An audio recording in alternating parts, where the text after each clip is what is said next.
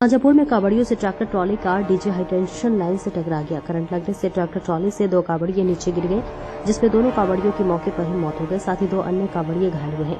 कावड़िए गांव से जलाभिषेक के लिए कचरा घाट से गंगा जल भरने जा रहे थे। फिलहाल घायल कावड़ियों का अस्पताल में इलाज चल रहा है। घटना थाना पड़ोस क्षेत्र के कुंडरिया गांव की बताया जा रहा है कि गांव के लोग जलाभिषेक करने के लिए जल लेने कचला घाट जा रहे थे। ट्रैक्टर ट्रॉली का डीजे काफी ऊंचा था, जिस पर कावड़िए डांस कर रहे थे। इस बीच अचानक ट्रैक्टर ट्रॉली पर लगा डीजे हाई टेंशन लाइन से टकरा गया, जिससे ट्रैक्टर ट्रॉली में करंट उतर आया। इस बीच करंट लगने की वजह से 4 कावड़िए ट्रैक्टर ट्रॉली से नीचे गिर गए। इनमें से एक कावड़िए की ट्रैक्टर ट्रॉली से कुचलकर मौत हो गई, जबकि दूसरे कावड़िए ने गंभीर रूप से घायल होने की वजह से दम तोड़ दिया। साथ ही 2 अन्य कावड़िए भी घायल हो गए। करंट लगने की खबर के बाद मौके पर अफरा तफरी मच गई।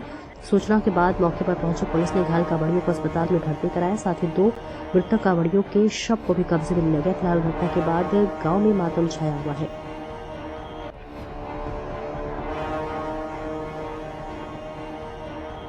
आज दिनांक 5/8/25 को समय 9:30 पे थाना परोर को सूचना मिली, ग्राम कुंडरिया में घटना हो गई है। इस सूचना पे तत्काल एसओ परोर ग्राम कुंडरिया पहुंचे।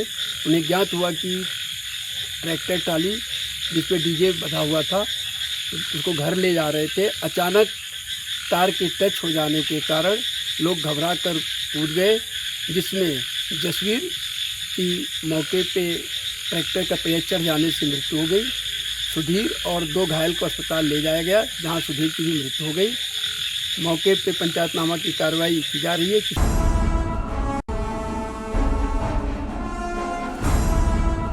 4 अगस्त को निर्माणाधीन लाइब्रेरी से 27 वर्षीय महिला की हत्या कर उसके शव को दफनाने की घटना का खुलासा करते हुए शोहरतगढ़ पुलिस ने एक व्यक्ति को गिरफ्तार किया है।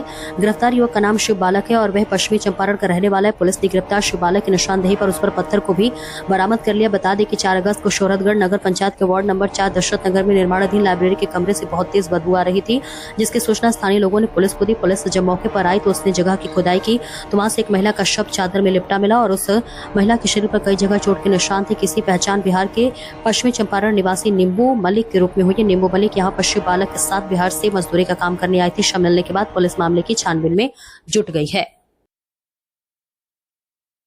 सर, शोहरतगढ़ में एक लाश मिली थी, क्या है पूरा मामला?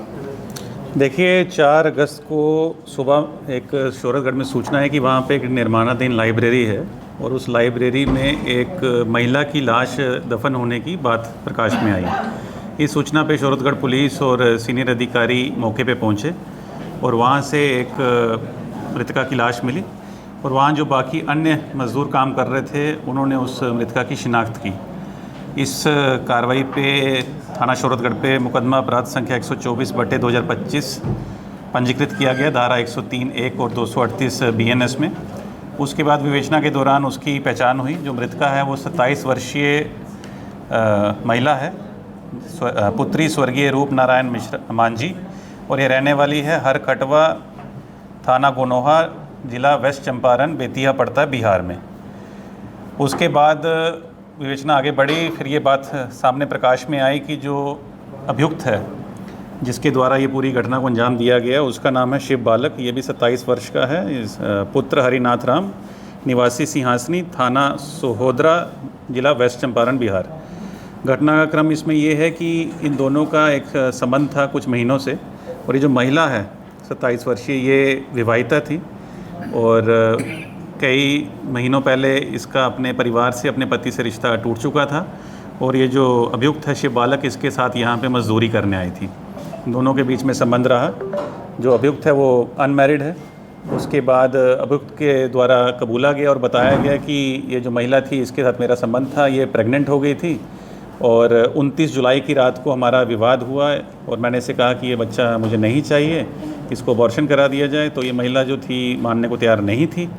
इसलिए जब ये सो रही थी तो मैंने गुस्से में आके वहीं पे जो निर्माणाधीन लाइब्रेरी है, एक सीमेंट का एक बड़ा सा पत्थर पड़ा था, उससे इसके सर पे प्रहार किया। इसकी मृत्यु हो गई और वहीं पे मैंने इसकी बॉडी को दफना दिया।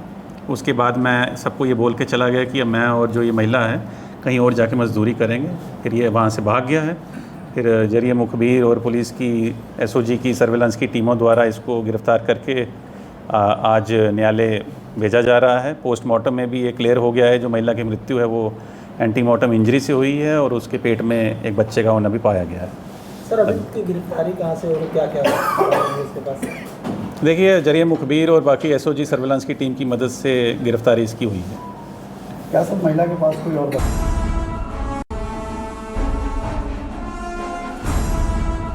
पर इस वक्त आगरा से मेरठ के इंजीनियर ने आगरा के होटल में किया सुसाइड के पहले मृतक इंजीनियर रोहित ने पेन ड्राइव में सुसाइड नोट भी छोड़ा। सुसाइड की सूचना पर थाना पुलिस मौके पर पहुंची। पुलिस को जांच पड़ताल में मिली एक पेन ड्राइव सुसाइड नोट में रोहित ने कई मार्मिक बातें लिखी। सुसाइड नोट में रोहित ने लिखा, मैं उसका पहला मरीज और वे मेरी आखिरी डॉक्टर। सुसाइड नोट में रोहित ने लिखा कि मेरे सपने के बाद मरने के बाद 13 दिन वाला न किया जाए ड्रामा, मेरे शव को मेरे परिवार को न दे, मेरे शव को डॉक्टर्स को पढ़ाई के लिए दिया जाए। आगरा के थाना शाहगंज क्षेत्र के पंचकुए स्थित होटल खूबसूरत का मामला।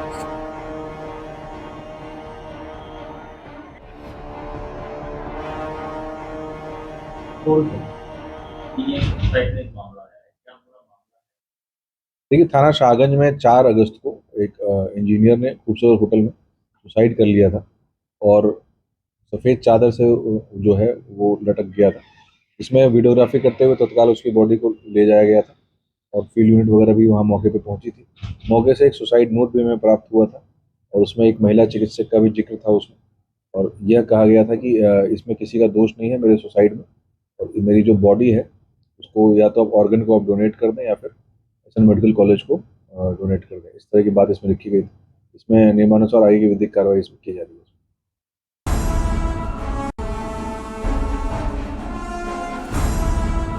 बड़ी खबर इस वक्त रायबरेली से। एजीपी पार्टी के राष्ट्रीय अध्यक्ष स्वामी प्रसाद मौर्य पर हमला। स्वागत के दौरान 2 युवकों ने किया हमला। माला पहनाने के दौरान पीछे से आए युवकों ने स्वामी प्रसाद मौर्य को मारा तमाचा स्वामी प्रसाद को झटकर कार्यकर्ता को लगा। पूरी घटना एक्सक्लूसिव कैमरे में हुई कैद। नाराज कार्यकर्ताओं ने पुलिस की मौजूदगी में दोनों युवकों को दौड़ा कर पीटा। मारपीट में इंस्पेक्टर अजय राय की वर्दी भी खून से हुई लाल। स्वामी प्रसाद मौर्य ने योगी सरकार पर बोला हमला, योगी सरकार के गुंडे हैं करणी सेना के लोग, सजातीय होने का लाभ ले रहे करणी सेना के लोग। लखनऊ के फतेहपुर जाते समय रायबरेली में रुके थे स्वामी प्रसाद मौर्य। मिल एरिया थाना क्षेत्र के सारस चौराहे की घटना।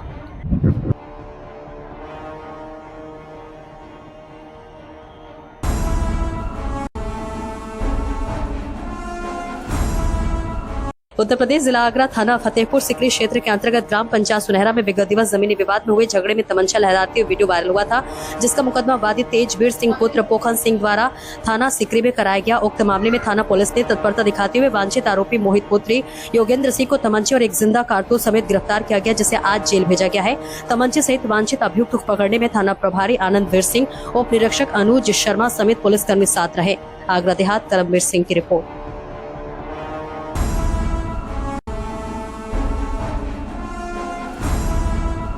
उत्तर प्रदेश राज्य महिला आयोग के सदस्य रितु शाही आज अयोध्या पहुंची। उन्होंने सबसे पहले जिला महिला अस्पताल का निरीक्षण किया। निरीक्षण के दौरान रितु शाही संतुष्ट दिखी, लेकिन स्टाफ की कमी को स्वीकारा। उन्होंने कहा कि पिछले निरीक्षण के दौरान यहां पर काफी कमियां मिली थी, लेकिन अब उन कमियों को सुधार लिया गया है, लेकिन फिर भी अभी बहुत भीड़ है और उसकी वजह यह है कि यहाँ पर स्टाफ की कमी है। उन्होंने कहा कि राज्य सरकार को रिपोर्ट देखी कि अयोध्या के जिला महिला अस्पताल में स्टाफ की संख्या बढ़ाई जाए, यहाँ काफी अच्छी सुविधा भी है।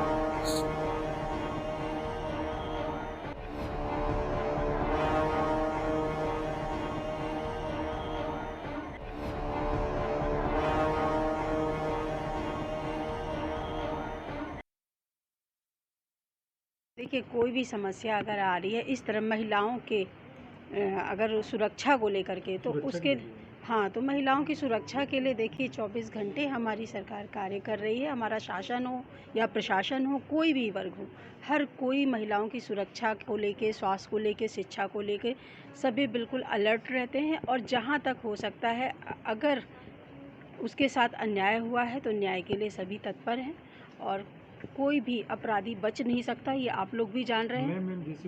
देखिए, इस समस्या के लिए भी अगर महिलाओं को लग रहा है कि वो सुरक्षित नहीं है या कहीं पे ऐसी अव्यवस्था उन्हें दिख रही है या दुर्घटना जब होनी होती है तो पहले से ही देखिए वो लोग एक कहते हैं ना रेकी करना चालू कर देते हैं जिन्हें ये घटनाएं क्रम करना है। तो थोड़ा सा महिलाओं में सिक्स सेंस भी होता है, अगर वो उस चीज़ को भाप ले और पहले से ही अपने घर में वार्ता कर ले या अपने आसपास में बता दें या अपने जो परिजन हैं उनसे उस बात को लेकर के कि इस तरह हमारे साथ हो रहा है, तो एक इस तरीके से भी बचा जा सकता है। क्योंकि घर के गार्जियन भी देखिए अब जो है काफ़ी कुछ बच्चों को लेकर के अब सीरियस रहते हैं।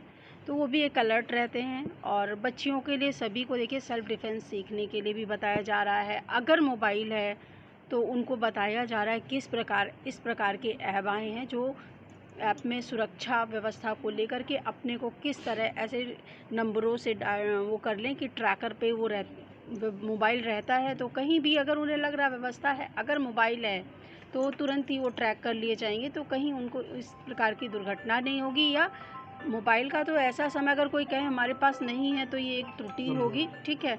तो आप इस तरह की भी टेक्नोलॉजी को यूज़ कर सकते हैं। जो ऐप चालू हुए हैं उनको सुरक्षा व्यवस्था में अपना कनेक्ट करके अपने मोबाइल को स्वयं को ट्रैक में डाल करके, कहीं घटना दुर्घटना होती है आप कॉल करिए, उस ऐप को तुरंत चालू करिए, तुरंत आपके पास सुरक्षा व्यवस्था पहुंच जाएगी। धन्यवाद।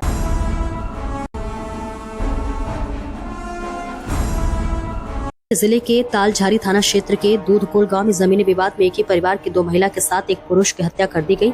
हत्या की घटना को अंजाम देने के बाद हत्यारा खुद थाना पहुंचा और पुलिस के समक्ष आत्मसमर्पण कर दिया।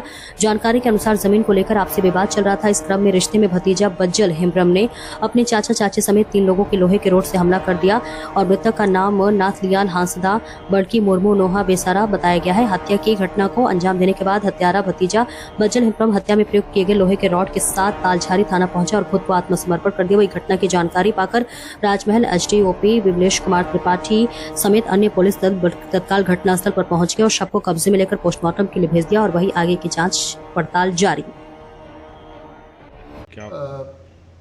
तालझारी थाना क्षेत्र में एक गांव में दूधकोल गांव है, उसमें एक व्यक्ति द्वारा अपने पड़ोसी जो कि रिलेटिव भी लगते हैं उनके 3 लोगों की लोहे के रॉड से मारकर हत्या कर दी गई है। प्रथम दृष्टया यह मामला आपसी जमीन विवाद का प्रतीत होता है। अभियुक्त को गिरफ्तार कर लिया है, पुलिस आगे का अनुसंधान कर रही है। सर, जो मृतक हैं वो वहीं रहते थे या? अरे वहीं बगल में ही रहते थे और दोनों आपस में रिश्तेदार भी। गिरफ्तारी कितनी हुई है? एक हुई है और एक ही व्यक्ति ने हत्या की है, उसकी गिरफ्तार कर लिया गया है। हत्या में प्रयुक्त रॉड भी बरामद कर लिया गया है।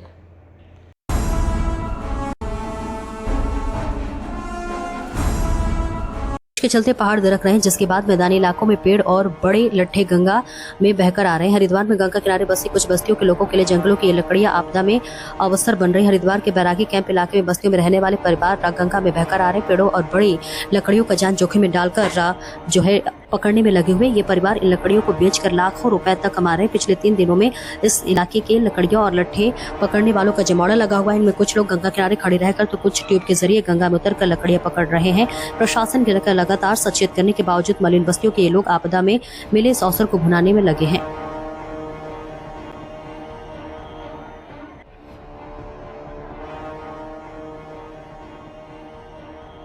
देखो भाई, ये तो लक्कड़ पकड़ने के लिए लग रहे लोग बाग यहाँ। कारण देखो, ये लोग बाग पैसे कमाने के चक्कर में भीड़ लग रखी है यहाँ, लक्कड़ पकड़ने के चक्कर में। इससे मिल जाती है, धूप चीड़ की मिल जाती है, धूप की मिल जाती है, हर तरीका से लक्कड़ आती है अलग अलग यहाँ पे। जी वो तो किनारे में होकर लग्गी से खींचते भाई जी। तुम कूद पड़ते हो? नहीं, हम तो किनारे में आराम से तूब से पकड़ते हैं। अयोध्या के थाना तरुण क्षेत्र अंतर्गत फतेहपुर कमिसीन मजरे हिरावनपुर पांडे का पूर्वा निवासी ओम प्रकाश पुत्र स्वर्गीय लालमणि पांडे ने थाना तारुण को सूचना देकर मुकदमा पंजीकृत कराया कि रात्रि में घर के परिजन के सोते समय अज्ञात चोरों द्वारा घर में घुसकर मोबाइल, गहना, रुपए चोरी कर लिया गया। प्राप्त तहरीर के आधार पर तत्काल तारुण पुलिस अभियोग पंजीकृत कर उच्च अधिकारी गढ़ के निर्देश में चोरों की तलाश में जुट गई और 48 घंटे के अंदर घर में घुसकर हुई चोरी की घटना का अयोध्या जनपद की तारुण पुलिस ने सफल अनावरण कर 100% चोरी के माल के साथ 2 अभियुक्त गिरफ्तार किया।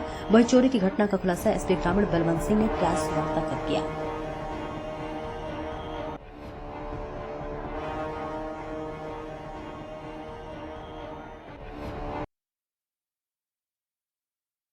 वहाँ के रहने वाले ओम प्रकाश पुत्र लालमणि पांडे हैं। ये गांव है फतेहपुर कमासिन मजरे हिरावनपुर और पांडेपुरवा। इस मजरे में इनके घर में बीती 3 तारीख को जो है इनके घर में अज्ञात चोरों द्वारा घर में घुस करके चोरी कर ली गई थी।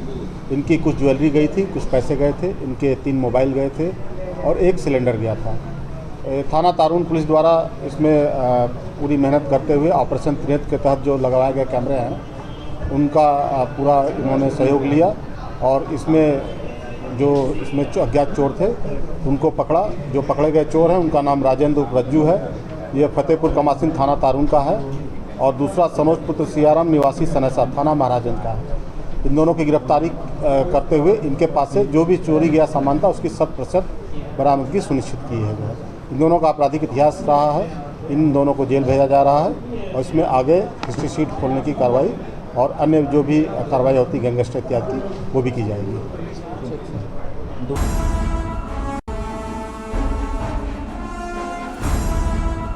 प्रयागराज के जिलाधिकारी मनीष कुमार वर्मा ने मंगलवार को बाढ़ के दृष्टिगत बलुआ घाट और गौघाट क्षेत्रों का निरीक्षण किया तथा बाढ़ प्रभावित इलाकों में लोगों से मिलकर उनकी समस्याओं की जानकारी ली और सभी संबंधित अधिकारियों को आवश्यक दिशा निर्देश दिए। जिलाधिकारी ने संबंधित विभागों को सभी आवश्यक सुविधाएं उपलब्ध कराने के निर्देश दिए। एसबी न्यूज 24/7 के लिए जिला प्रयागराज से कलीम की रिपोर्ट।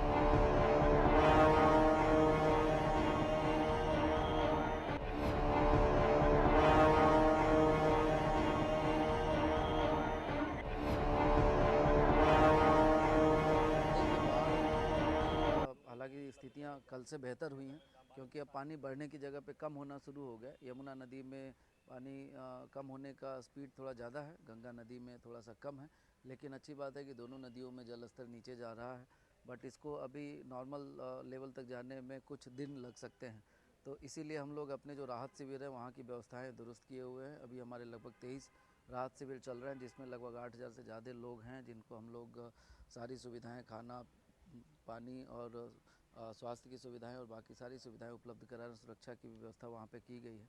जिन जिन क्षेत्रों से अब पानी उतरना शुरू हो गया है वहाँ पे संक्रामक रोग न फैले, इसके लिए शहरी क्षेत्र में नगर निगम और ग्रामीण क्षेत्र में पंचायती राज विभाग को निर्देशित किया गया है कि वो युद्ध स्तर पर सफाई व्यवस्था को सुनिश्चित कराएं और इसके साथ ही साथ छिड़काव का भी प्रबंधन करें जिससे कि कोई भी संक्रामक रोग इस दौरान न हो पानी उतरने के बाद। SDRF और NDRF की टीमें हमारी तैनात हैं। जहां कहीं भी पानी मोहल्लों में आबादी क्षेत्र में घुसा है वहां पे पर्याप्त मात्रा में नाव लगे हुए हैं। SDRF की टीमें हैं, NDRF की टीमें हैं जिनको वरिष्ठ ADM या सिटी मजिस्ट्रेट जैसे अधिकारियों को इंचार्ज मोहल्ले बांट के बनाया गया है, तो वो लोग उन क्षेत्रों का को दौरा भी कर रहे हैं और सुनिश्चित कर रहे हैं कि आम जन को कोई कठिनाई न हो। राशन किट का वितरण भी शुरू कर दिया गया है। जो लोग फंस गए हैं, जैसे जिनका घर टापू की तरह हो गया या कहीं लोग पानी में फंस गए, उनको हम लोग ड्राई राशन का किट भी उपलब्ध करा रहे हैं और इसके साथ साथ अन्य भी जो ज़रूरत के सामान हैं वो भी उपलब्ध करा रहे हैं। तो अभी हमारे व्यवस्थाएं सुचारू रूप से चल रही हैं।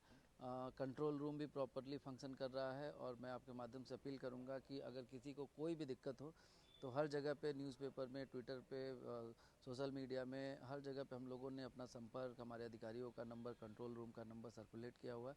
आप लोग संपर्क करें। कुछ लोग अभी भी नदी किनारे सेल्फी वगैरह ले रहे हैं या फिर तैरने के लिए बच्चे वगैरह कुछ खेलने की कोशिश कर, तो उनसे अपील यही है कि अभी भी जल स्तर काफ़ी बढ़ा हुआ है और लोग सुरक्षित स्थलों पर रहें, कभी भी कोई दुर्घटना हो सकती है। इससे आवश्यकता है कि अभी बचे रहें।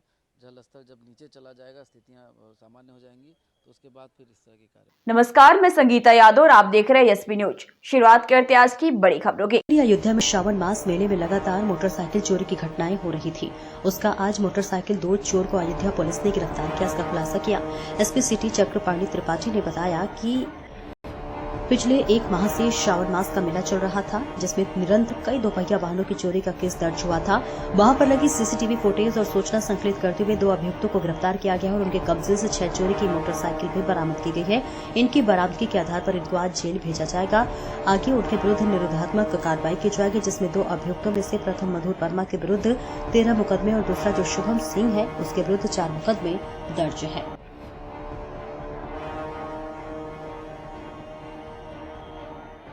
पिछले 1 माह से श्रावण मास का मेला चल रहा था जिसमें निरंतर कई दोपहिया वाहनों की चोरी की शिकायत प्राप्त हुई थी, जिसमें वहां पे लगे हुए CCTV फुटेज और अभिसूचना संकलित करते हुए 2 अभियुक्तों को गिरफ्तार किया गया है और उनके कब्जे से 6 चोरी के मोटरसाइकिलें बरामद हुई हैं। इनके बरामदगी के आधार पर जो है इनको आज जो है जेल भेजा जा रहा है।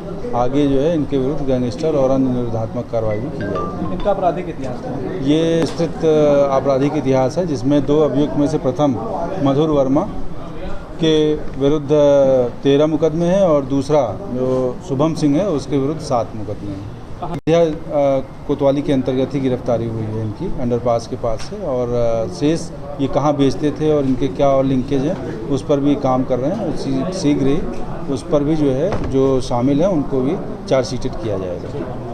धन्यवाद।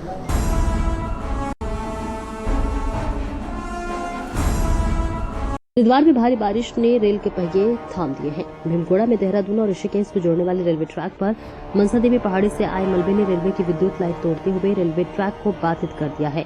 लगातार बारिश के चलते अप्पर रोड स्थित काली मंदिर के पास भूस्खलन हुआ, जिसमें पहाड़ का एक बड़ा हिस्सा टूटकर सीधे रेलवे ट्रैक पर आ गिरा। मलबा इतनी तेजी से गिरा कि ट्रैक के ऊपर लगा लोहे का सुरक्षा जल भी टूट गया है। घटना की जानकारी मिलते ही रेलवे विभाग और हर की पौड़ी चौकी पुलिस मौके पर पहुंची ट्रैक की घेराबंदी कर सुरक्षा जांच शुरू कर दी ताकि कोई भी अनहोनी न हो।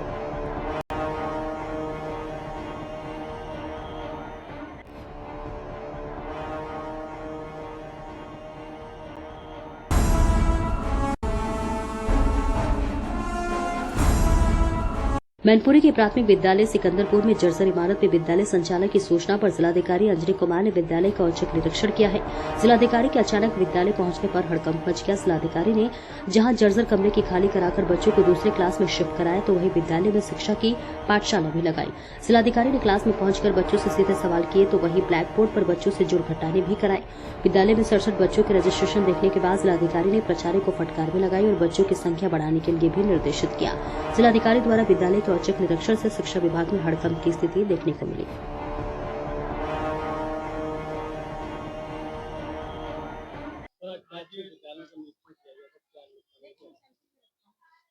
ये नियमित प्रक्रिया है और रूटीन वे में मैं निरीक्षण करता रहता हूं। तो आज प्राथमिक विद्यालय सिकंदरपुर का निरीक्षण किया गया और जूनियर बेसिक विद्यालय जो है उनका भी, जूनियर हाई स्कूल का निरीक्षण किया गया।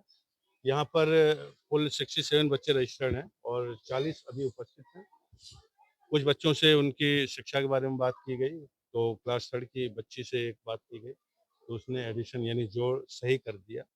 तो मुझे लगता है कि पढ़ाई यहाँ की जा रही है, पढ़ाई का स्तर ठीक है, बस थोड़ा और प्रयास करने की आवश्यकता है और बच्चों की उपस्थिति में सुधार लाने की आवश्यकता है। तो आपने भी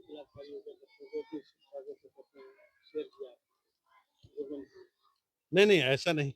जहाँ भी मैं जाता हूँ तो ये देखने के लिए कि बच्चों की शिक्षा का स्तर क्या है, उन्हें ठीक से पढ़ाया जा रहा है कि नहीं, उन्होंने क्या सीखा है अब तक, तो ये पूछने के लिए कुछ न कुछ पूछना पड़ता है। और यदि मैं कोई प्रश्न पूछूं तो उसका उत्तर बताना भी मेरा नैतिक दायित्व है, इसलिए उसका उत्तर बताता हूँ। यहाँ जो विद्यालय जहाँ क्लासेस चल रही हैं वहाँ तो भवन अभी ठीक स्थिति में है और आपके पीछे जो भवन थोड़ा जर्जर दिखाई दे रहा है, यहाँ पर कोई क्लासेस नहीं चल रही हैं, यहाँ पर कोई कार्रवाई नहीं की जाती है। तो जर्जर कमरे को परित्यक्त कर दिया गया है, छोड़ दिया गया है, तो यहाँ पर अभी बच्चों को कोई रिस्क नहीं है।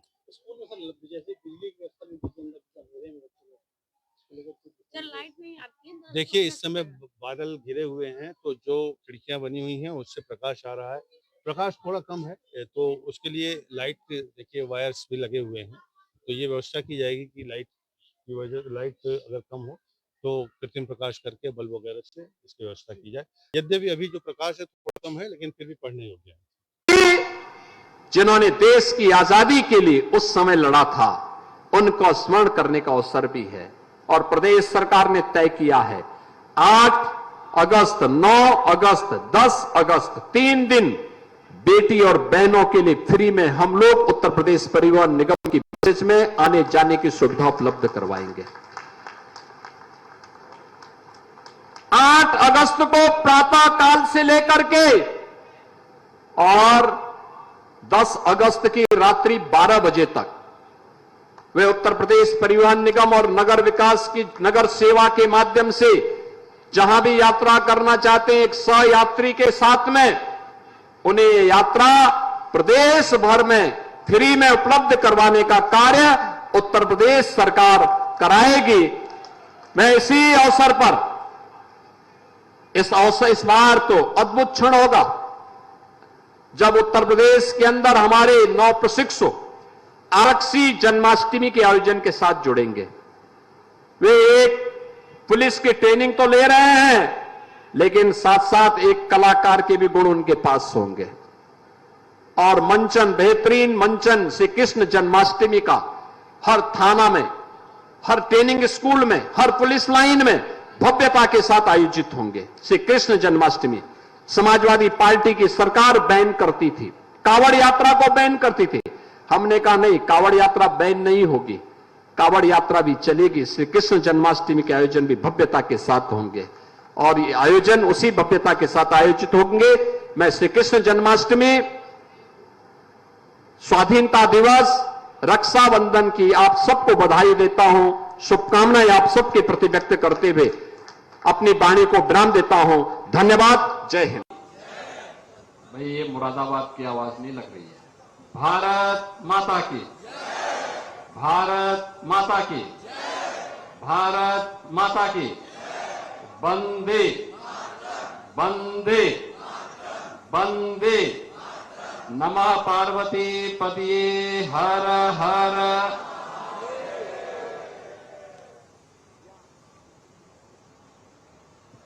जनपद मुरादाबाद के अंदर विभिन्न परियोजनाओं के लोकार्पण और शिलान्यास के साथ ही मुख्यमंत्री युवा उद्यमी स्कीम के अंतर्गत लाभार्थियों को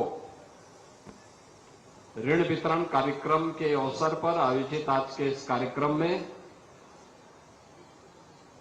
भारतीय जनता पार्टी के प्रदेश के लोकप्रिय और कर्मठ प्रदेश अध्यक्ष माननीय चौधरी भूपेंद्र सिंह जी, उत्तर प्रदेश सरकार में मंत्रिमंडल के मेरे सहयोगी, प्रदेश के कृषि और कृषि शिक्षा विभाग के राज्य मंत्री सरदार बलदेव सिंह गोलक जी, महापौर श्री विनोद अग्रवाल जी, क्षेत्रीय अध्यक्ष श्री सत्येंद्र सिसोदिया जी, विधान परिषद के सदस्य डॉक्टर जयपाल सिंह व्यस्त जी, डॉक्टर हरि सिंह ढिल्लो जी, श्री गोपाल अंजान जी, माननीय विधायक श्री गुप्ता जी, माननीय विधायक श्री रामवीर सिंह जी, माननीय विधायक श्री सुशांत सिंह जी, भारतीय जनता पार्टी के क्षेत्रीय महामंत्री श्री हरिओम शर्मा जी, जिला अध्यक्ष आकाश कुमार पाल जी, महानगर अध्यक्ष श्री गिरीश मंडुला जी, जिला प्रभारी श्री राजेश यादव जी, जिला सहकारी बैंक के चेयरमैन श्री विजय भान जी और आज के इस कार्यक्रम में उपस्थित मुरादाबाद के मेरे सभी उपस्थित बहन और भाइयों, आज मुझे अपनी हस्तशिल्प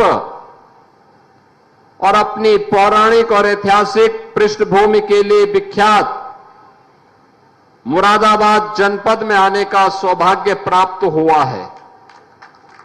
बहनों और भाइयों, सावन मास में मुरादाबाद जनपद में आकर के बारिश और मौसम की विपरीत परिस्थितियों के बावजूद आपकी इतनी बड़ी उपस्थिति हम सबको अंतःकरण से अभिभूत करती है। मैं इस अवसर पर आप सभी का इस समारोह में हृदय से स्वागत करता हूं। आपको आज यहां पर प्राप्त होने वाली 1172 करोड़ रुपए की इन परियोजनाओं का जो उपहार प्राप्त हो रहा है, इसकी बधाई भी देता हूं, अपनी शुभकामनाएं भी देता हूं। बहनों और भाइयों, ये नया मुरादाबाद है। अब अराजकता के लिए नहीं, गुंडागिर्दी के लिए नहीं, बल्कि अपने उत्कृष्ट हस्तशिल्प और कारीगरी के लिए विख्यात वन डिस्ट्रिक्ट वन प्रोडक्ट के माध्यम से अपनी पहचान दिलाने वाले ब्रॉस आइटम को वैश्विक मंच पर पहुंचाने वाले नए मुरादाबाद, जिस मुरादाबाद में आज युवा उद्यमी स्कीम के लाभार्थियों के साथ हमें जुड़ने का और रक्षाबंधन के पहले 1172 करोड़ रुपए की इन परियोजनाओं का उपहार मुरादाबाद वासियों को देने का सौभाग्य प्राप्त हो रहा है, इसके लिए पूरे मुरादाबाद वासियों को हृदय से बधाई है और शुभकामनाएं हैं। बहनों और भाइयों, मुरादाबाद आज अकेले मुरादाबाद 11 से 15 हजार करोड़ रुपए के अपने स्वयं के उत्पाद को एक्सपोर्ट करता है। 2017 के पहले यह अराजकता की भेंट चढ़ी हुई थी। 2017 के पहले कोई इसकी कल्पना भी नहीं करता था ऐसा भी होगा, लेकिन आज वही यहां का हस्तशिल्प और कारीगर और पहला हस्तशिल्पी इसी मुरादाबाद का है, ब्रास आइटम वाला, जिन्हें आदरणीय प्रधानमंत्री जी ने पद्म पुरस्कार से भी उनकी कला को सम्मानित करने का काम किया है। यानी कभी समाज को बांटने वाली समाजवादी पार्टी की सरकार में सामाजिक ताने बाने को छिन्न भिन्न करके जाति के नाम पर, क्षेत्र के नाम पर, भाषा के नाम पर और तमाम वाद के आधार पर सामाजिक ताने बाने को छिन्न भिन्न करने का काम किया जाता था। और आज का ये नया मुरादाबाद और नए उत्तर प्रदेश में आप देख सकते हैं कैसे योजनाओं का लाभ बिना भेदभाव के हर तबके को प्राप्त होता है।